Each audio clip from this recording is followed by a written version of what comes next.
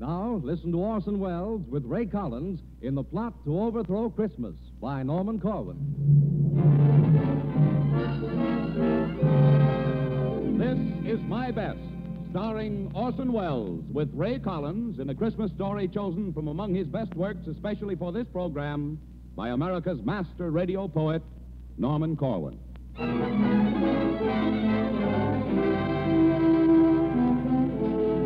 America's best stars in the world's best stories. This is My Best, presented each week for your entertainment by CRESTA,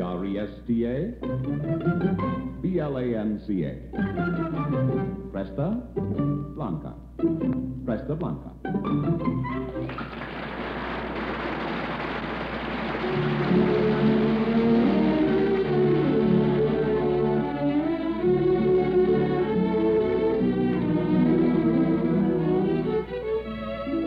Sheltered from the ocean breezes, nestled among green rolling hills, nurtured by the friendly sunlight, cooled by softly falling rain. There the vines of Cresta Blanca, bursting forth in their green glory, growing, bearing, heavy laden, bring the grapes to luscious fullness. So the vintner quickly harvests, presses from them gold and goodness, tends it gently, now to rest, till at last the wine is ready, shimmering, fragrant, full of flavor, masterpiece of his perfection, and he hails it proudly, saying, "This is my best. This is Cresta Blanca."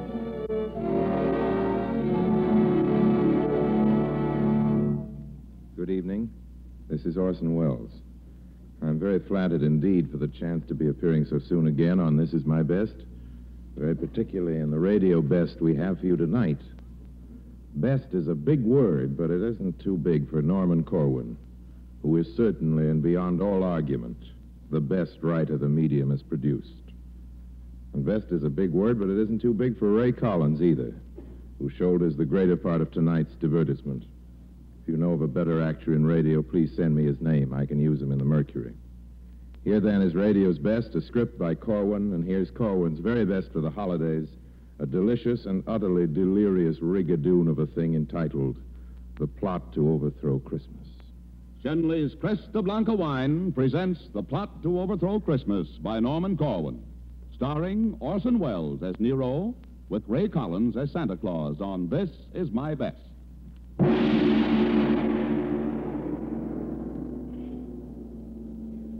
Did you hear about the plot to overthrow Christmas? Well, gather ye now from Maine to the Isthmus of Panama and listen to the story of the utter inglory of some gory goings-on in hell. Now, it happened in Hades, ladies and gentlemen. It happened down there that the fiends held a meeting. The fiends held a meeting for the purpose of defeating Christmas.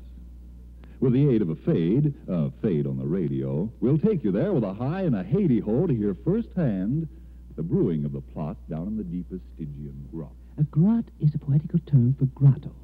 Whenever you hear my voce sotto or sotto voce, whichever you prefer, it's just I, taking pains to make quite sure that nobody makes a poetical allusion which might in any way create confusion. I return you now to the voice you were hearing before I had to do this interfering. As I was saying, in this Stygian grot, the notables of Limbo hatched a plot. And what went on in the sulphurous hole we'll soon pick up by remote control. You mustn't mind if it sounds erratic. That's merely intraterrestrial static. And don't be surprised if you're deafened by thunder just as we start on our journey under. And so below, via radio, to the regions where legions of the damned go.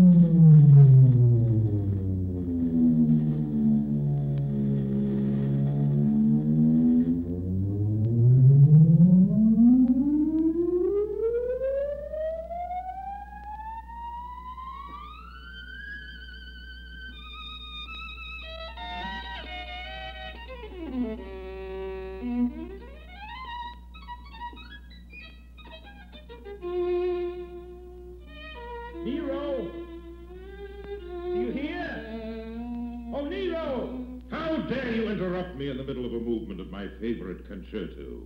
You should look to the improvement of your manners. Sir, if you please, my apologies. I would not have intruded upon your recital if the matters were not so terribly vital. The most important matter in the world is piddling when it comes to be compared with Nero's fiddling. Now, what you say may be very true, but I have been sent here to summon you to a great mass meeting of the tortured souls down in the grot of the flaming coals. Why are we meeting? Who's on the spot? We're meeting in order to fabricate a plot. A plot against the festival that mortal men comfort in and gladden in again and again. You see, every year... Never mind the facts. I don't want to hear how mortal man acts. The only information about which I care concerns the mass meeting and who'll be there. His wickedness, Mephisto, will preside. Naturally. And several of the Borgias will be sitting at his side. And down in front by the sizzling podium will be many personalities known for their odium. Haman, Caligula, Medusa, and Legree. That's all very nice, but what about me? Oh, you'll be sitting in row A, center, between Ivan the Terrible, the Tormentor, and Circe. Mercy, why, they're both deranged. Do you wish me to see if your seat can be changed? Yes, if you will, please. Taste comes first, even though a soul may be eternally cursed. Right-o. See you at the meeting, then? Yes, and now back to my fiddling again.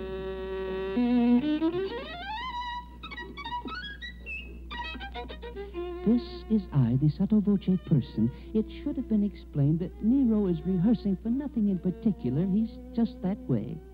While hell's fires burns, he likes to play. It makes him feel a little more at home. It's just an avocation he picked up at Rome.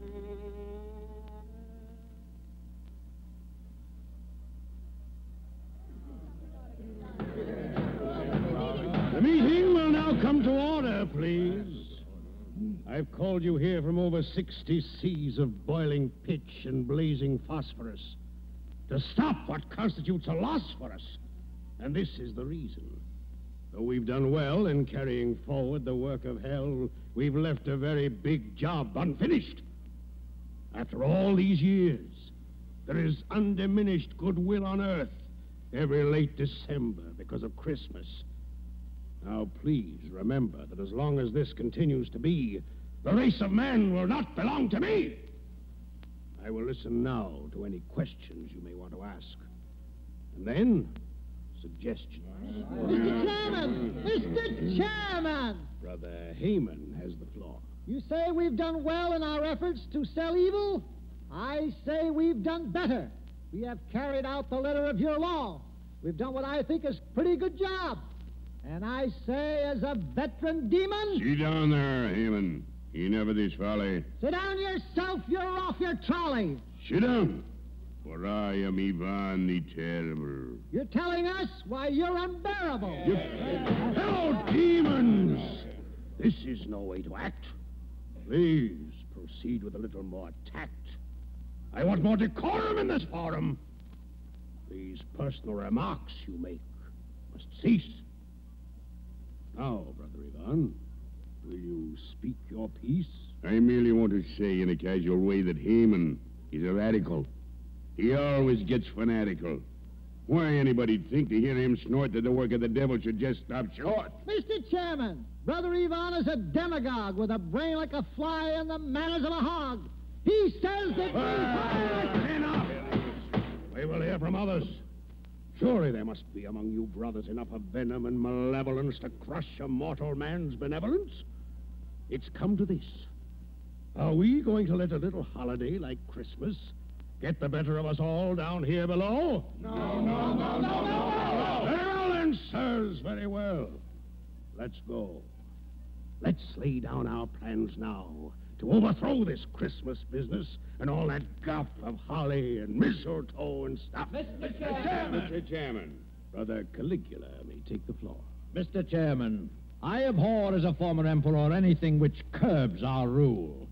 Let us give some presents, too. Candy sticks and things to chew, fruits and nuts, and little cakes, poisonous as rattlesnakes. Bravo. Let our subtlest worker be bichloride of mercury. Let us wrap in tinsel bright little gifts of dynamite. Bravo. Work things so that men will fear when 1225 draws near. Soon at this rate, if you please, men will hang from Christmas trees. My dear Caligula, permit the chair to say that we think you've got something there. And now, with this fine start, let's hear some more. Yes, Brother Nero, do you want the floor? With all due respect to Caligula's views, I think there's a better method we can use. I've heard just lately men are giving the razz to classical music by making it jazz. They're swinging Bach, and what is keener, they're doing the shag to Palestrina. As a connoisseur of music, of course, I love the works of Rimsky-Korsakov, but today I note with a bitter shrug they've made Scheherazade a jitterbug. Much as we admire your clever rhyme, will you get to the point? We're wasting time. I was just about to say, when interrupted, that Christmas can easily be corrupted if you take and swing all the Christmas carols. Why, think of the evil. Just barrels and barrels of sacrilege. Every time you play a pious song in a profane way, why, once you entice them to swing Noel, then victory belongs to us fiends. Well... Mr. Chairman, Mr. Legree, I'd like to say that it seems to me that you all is barking up a coolness tree. I think Mr. Nero has made a wrong guess. The way to go about it is to get in Congress and bribe a bunch of senators who know their oats and just make a purchase of a block of votes. They can all get together and pass a law where there ain't going to be no Christmas anymore. I think Legree's suggestion is a beaut. It's very cute. And quite astute. By the eternal night. That's right. Mr. Chairman. Yes, Miss Borgia. I say that we should all give pause to think about this Santa Claus. He is the man behind the scenes, the symbol of what Christmas means. If we could rub him out, my friend, our troubles would be at an end. Just think how it would tickle us to liquidate St. Nicholas. A girl like me could fascinate the guy and then assassinate. You think that you could do it, pretty one? Are you sure you wouldn't be by pity one? Mm-hmm. Sometimes you're an awful tease, my master Mephistopheles. Ain't I murdered several dozens, poisoned uncles, aunts, and cousins? Men of virtue all have cussed me. I'm sure that you can trust me. Of that we haven't a particle of doubt, Miss Borgia. I'm sure we all have nothing but kind feelings towards you. But many times a woman spy, alas, adores her victims. Dames make poor ambassadors. Do you imply that such defects are found inherent in my sex? That I do. Well, listen here, old Ironsides. You're heading for some cyanides. You've crossed a Borgia, and you know the consequences that follow. Come, disciples. This is very bad. There's nothing to be gained by getting mad. Now, suppose we put the matter to a vote. All those in favor of the motion made by Fiend Caligula, which was to shade the glamour of the holiday by using selected poisons of our choosing, all those in favor will please signify by rising to their feet and saying aye. Aye! One vote in favor, Caligula's. And those opposed? No. The motion is defeated.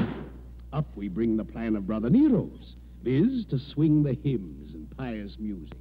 All those for will please respond by raising up a paw. For! And those against? Against! Very well. Now, the project of Legree's. Who is there here who totally agrees? I do. Legree votes for himself. And those opposed? Opposed! And now all those who favor Borgia's cause, it being to eliminate Santa Claus. Aye, aye, aye! And those opposed? It seems the women have a way with them. At least they have carried the day with them. Motion's carried. And now we'll decide which one of us will take Nick for a ride. We'll all draw lots and thus settle the moot point of who'll be sent to execute. You are listening to This Is My Best, and in just a few moments we'll tell you the rest. But ere we return to this story of strife, a word, if you please, of a season that's rife with greetings and goodies and food served so fine with the elegant touch of a good table wine. A good table wine, Cresta Blanca California Sauterne. A wine that is golden, delicious, and light. A wine that will earn you praises galore. a distinctive dry wine that will add extra zest to your Christmas Day dinner made up of the best. The name, once again, Presta Blanca Sauterne. And now back to the story, so we may all learn from our old friend Sotto Voce, visiting down where it's eternal noche. This is your old friend Sotto Voce visiting down where it's eternal noche. Noche is Spanish for night, you know, merely a reference just to show that English isn't all I have to go by. Oh, well, I guess I've missed my calling. I should have been a lobbyist. You see, I'm stalling to give them time to finish the voting. Let's see, the weather. Now I'm quoting the Daily Hellion. Continued heat both overhead and under feet. Light showers of brimstone toward the evening hours. Oh, that's what it says here. I'm not fibbing. How am I doing with my ad-libbing? This is a thing a Gabbard have fun with. Say, the drawing should soon be done with. We expect the results at any moment now, as soon as Lots have been drawn, and I'm glad to say the honor has fallen Nero's way. Now, Nero, you are charged with a great task. It's the evilest deed that we could ask a fiend to do. We'll be proud of you. Just one moment. How do I get there? What do I wear? Is it dry or wet there? Is it fact or fancy or just word of mouth that he lives at the pole? Is it north or south? What shall I use when it comes to showdown? A gun or a dagger? Give me the lowdown. Now, Nero, you needn't sound so tragic. You'll get to Earth by the blackest magic. To create an express elevator is simple for an expert spell creator.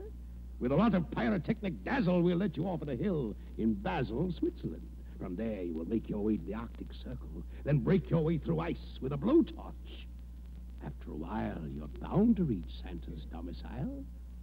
And once you get there, my dear Nero, all of our work will have gone for zero if you don't succeed in your assignment. I know. But first we don't succeed, we can try and try again, but there's no need because nothing will come of it.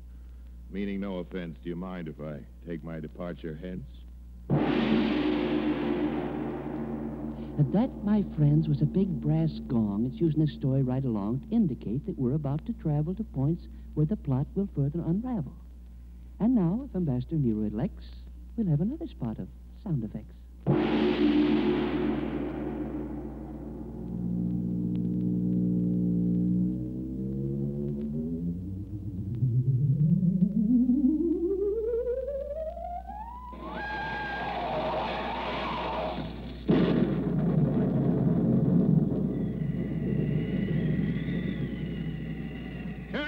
Stranger, is this Basel, Switzerland? Or is it already Donner and Blitzerland? Donner and Blitzerland's 5,000 miles away. Thank you, mister, and good day. Tell me, stranger, because I've lost stock, where am I now? In Vladivostok. Listen, stranger, after all these centuries of blistering heat, now I have to suffer from freezing feet. I'm wincing with pain from this pesky toe. Now speak English, Eskimo. I declare by my frenetic soul I must be over the magnetic pole. My watch has stopped. Can that be right? I wonder. A light. A light! In a moment now you'll hear me knock on Santa's door, and he'll unlock it, never more to lock again.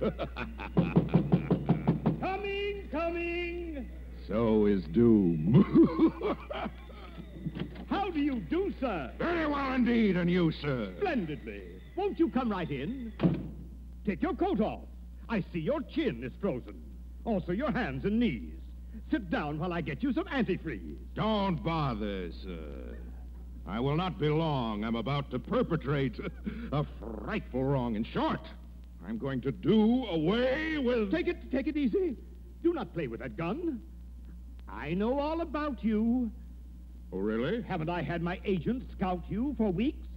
You've come all this way to abolish Christmas. Now, let me say... Listen, Santa, I'm no callow stripling. I've read Ernest Hemingway and Kipling. And also the shooting of Dan McGrew and plenty of detective stories, too. And just to show you what a broad guy I am, I've also read the Rubaiyat of Omar Khayyam. Do you think that a fellow with his reading so graded could have learned so little as to be dissuaded from a main objective? Why, don't make me giggle. I'd feel a lot better if you wouldn't wiggle that gun so. Much as I'm impressed with your education, I honestly believe that a figure of your station should have given more thought to the ways of man and less devotion to the cult of Pan. I came to dispatch a duty, so don't hand me any of this tutti-frutti. If you've any last words you want to say, then spell them. I haven't got all day. Now, what's the rush?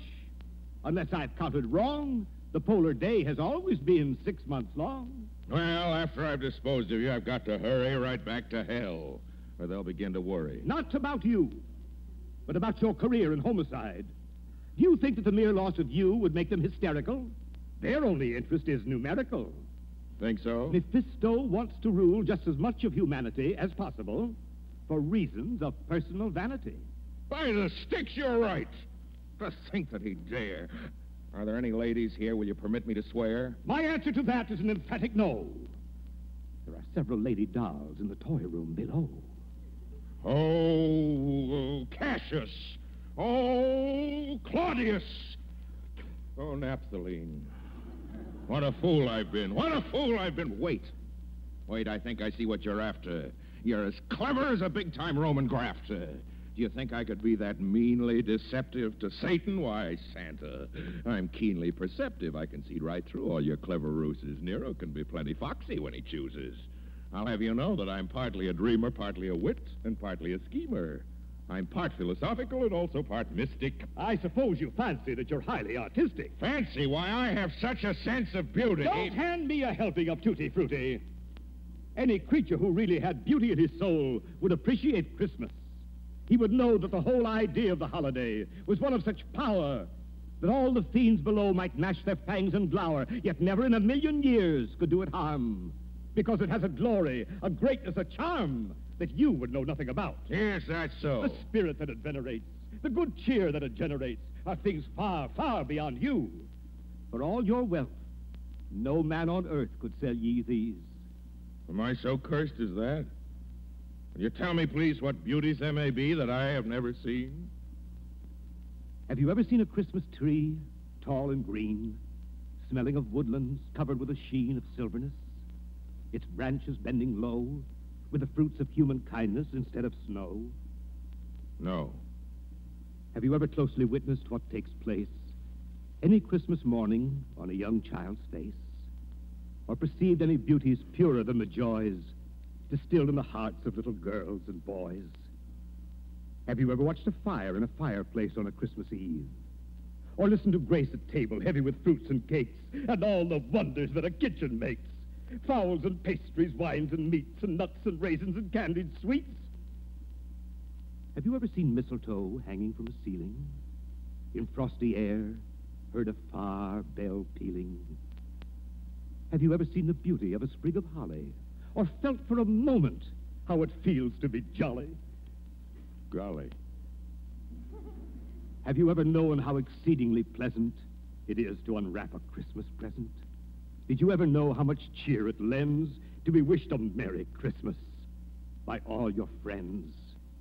Did you ever experience the fun of giving?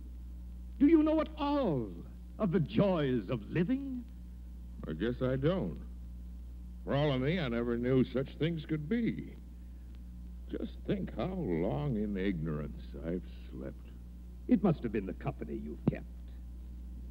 I was a wicked tyrant once, you know. Ah, yes, but that was centuries ago. You really had no way of knowing. Perhaps. I guess that I'll be going. I really should be getting on my way. But do you have to? Don't you want to stay? Well, you see, I'm just a bit... Embarrassed? Well, yes, sir. Now, don't look so harassed. I know just why you came and who it was that sent you. But that's all done with. I take it you repent you of all your past mistakes. With many pains and aches of conscience. Then you are welcome here. Please take your hat off. Your coat. Your muffler also. Take your spat off. What happened to the other one? No matter. You're pretty thin. You'll presently be fatter. I serve good food here. I'll get you a platter of steak and mushrooms. Medium or rare. I'll bet that you're as hungry as a bear. A while ago you asked me if I understood good cheer. I do so now, St. Nicholas. I see it standing here. I want to ask you something, sir. Now, please don't give a yelp. Is there any sort of work to do where I can be of help? Indeed there is, indeed there is. And I am glad you asked me. I have so many toys to make this year, the job's got past me. But first you sit and eat this bowl. I've got a little trifle I'd like for you to see. So will you sit right here and stifle your curiosity? I'll get it for you right away. Well, who'd ever think it? Will wonders never cease? At last, after all these centuries. I'm so happy I could buzz. Well, here it is, Nero, my boy. By way of Christmas presents, I offer you this little gift. Oh, but Santa, for what reason? A very good one, sir, to wit. Compliments of the season. Well, go ahead and open it. Why stand there so reflecting? I'm just collecting thoughts, St. Nicholas. My thoughts I'm just collecting. Just think how far a tiny bit of fellowship will carry us. Oh, well. I say, what's this? What's this? It's a Stradivarius. Why, thank you. Thanks a million times. I don't know what to say to you. I'll tell you what I'll do, St. Nick. I'll start right in and play for you. I'll play all night and day for you. Fine. Here's some music. I'm sure you'll play it well. It's a little piece entitled Noel, Noel.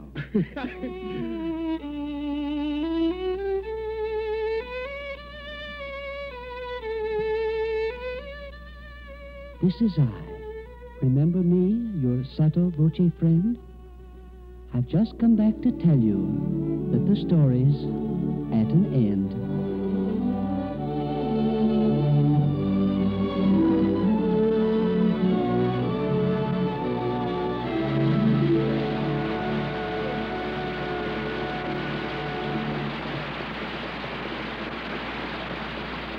We join the audience here in Hollywood in applauding Orson Welles and Ray Collins in Norman Corwin's The Plot to Overthrow Christmas.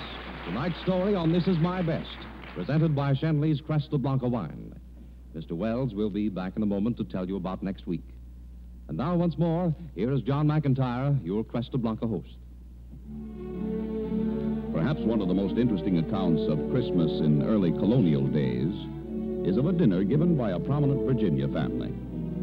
The festive Christmas table abounded with an elegant variety of turkeys, roast beef, veal, ducks, hams, puddings, jellies, oranges, apples, nuts, figs, and a variety of fine wines and punches.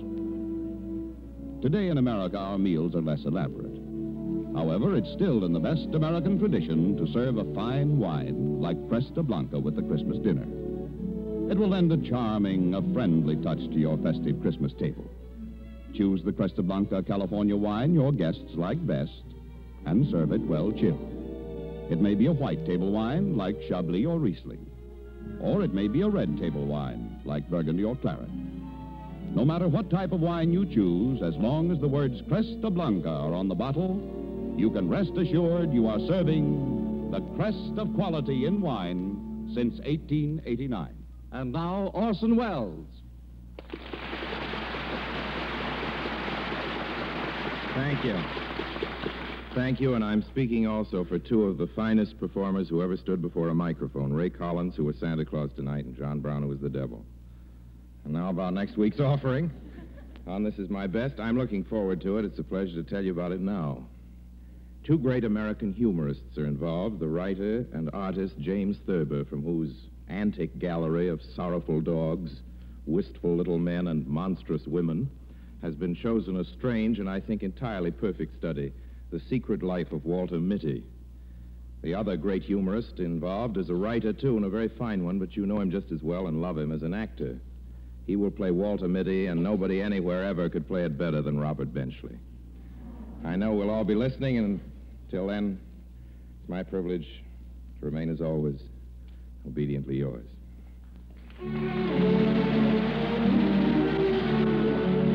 Cresta Blanca's new program is prepared in collaboration with Whit Burnett, editor of the book, This Is My Best. The music is composed and conducted by Bernard Katz. Ray Collins will soon be seen in Metro-Goldwyn-Mayer's The Hidden Eye. Don't forget next week, when your star on This Is My Best will be Robert Benchley in The Secret Life of Walter Mitty. And remember, whenever you dine, dine with wine, and make it the best wines. C-R-E-S-T-A, B-L-A-N-C-A. Cresta Blanca. Cresta Blanca. This